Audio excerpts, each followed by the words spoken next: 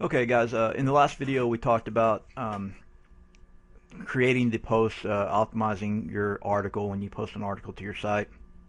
We talked about putting authority, linking to other authority sites in your articles.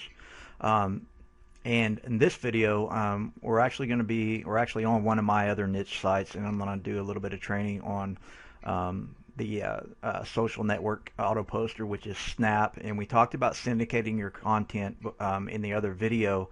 I briefly touched on syndicating that content when you post articles to your site.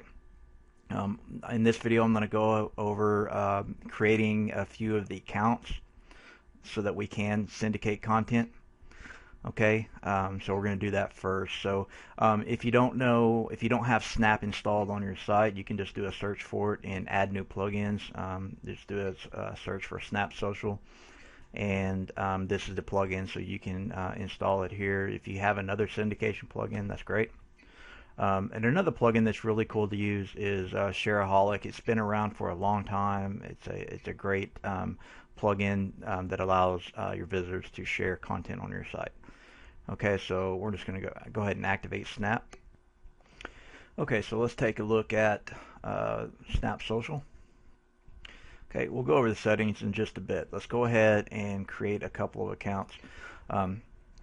Now, what you want to start out with is the major accounts, your Facebook page.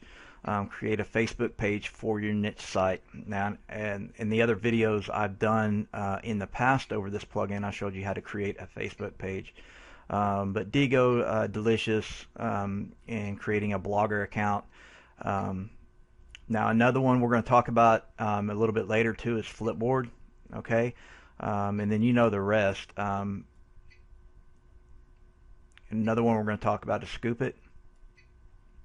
Okay, so it has all of them, and also gives you a chance to hook up another WordPress WP-based blog, so WordPress.org blog, or just another hosted blog from WordPress or WordPress blog.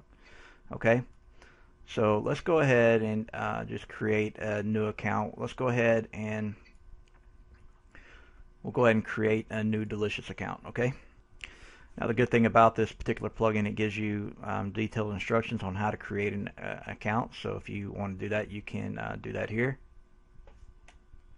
Okay, when you get over to Delicious, the site, we're just going to click Sign Up.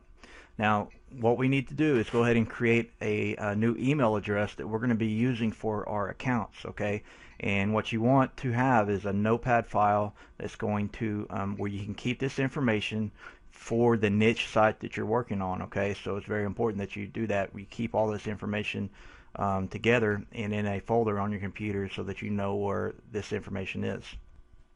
Now, for this email, I mean, you can use any email service you want. I'm just going to create a GMX mail email account, free email account. So for these particular accounts, so we're going to be using this. We're going to create a new email account. And again, you can use an email account you can create on your cPanel, whatever you'd like to do. I like using a GMX mail for this kind of stuff. It keeps stuff off my server and things like that. So, and there's other free email services out there you can use. Okay, so I'm going to create my free email account, and I'll pause the video and come back. Okay, so I've created my email account and saved all the information. I'm going to go ahead and create my Delicious account now. Okay, once you create your Delicious account, you want to make sure and save all that information as well. Okay, so you'll have all this together.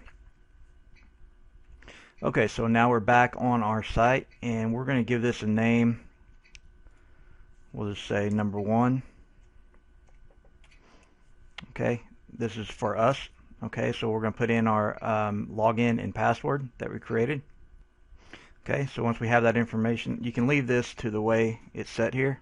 Okay, we're going to click Add Account.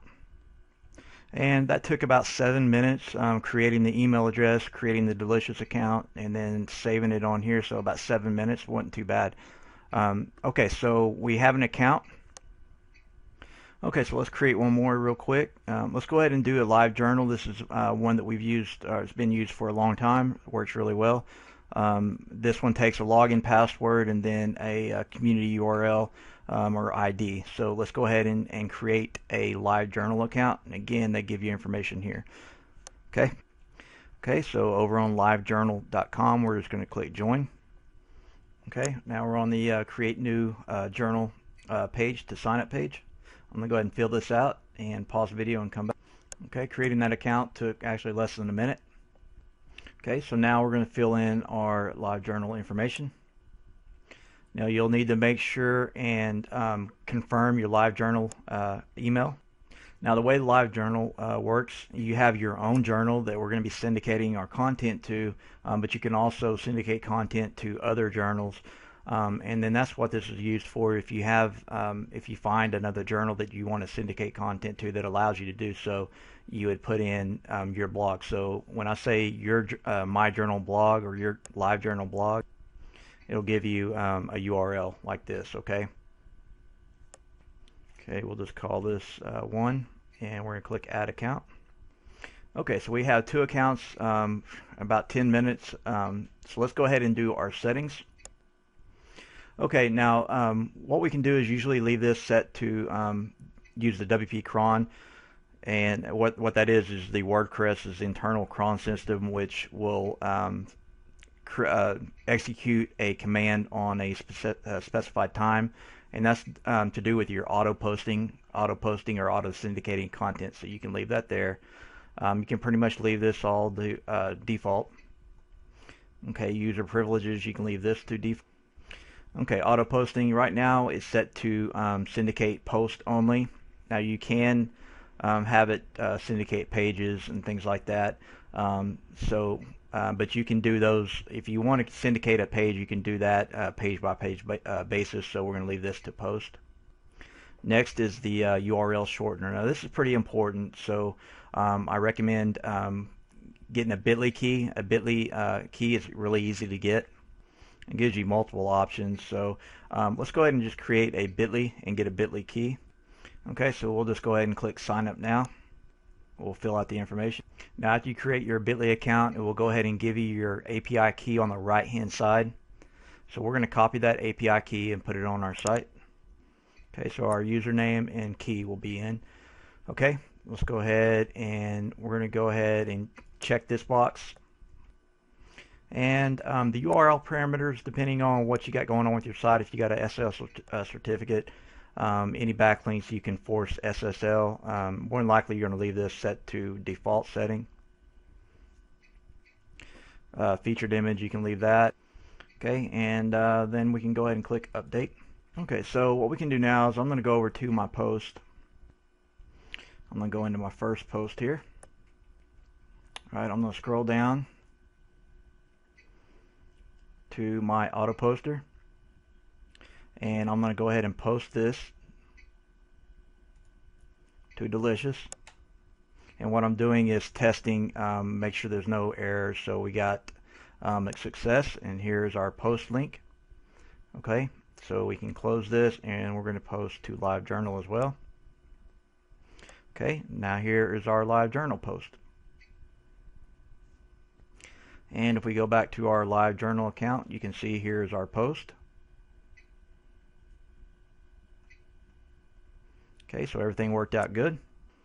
Okay, so that's how you use Snap and syndicate content on your site. Now, it's very important that you set up as many of these accounts as you can. Now, I like to use a program called Network Poster or Network FCS Networker. And to create the accounts, it gives you a software to create the accounts and then also post content for you. And I'll go over a video over that as well. Okay, so we're going to stop this video here, and then we'll pick up with other things that you need to do when you post an article to your site to get traffic to it.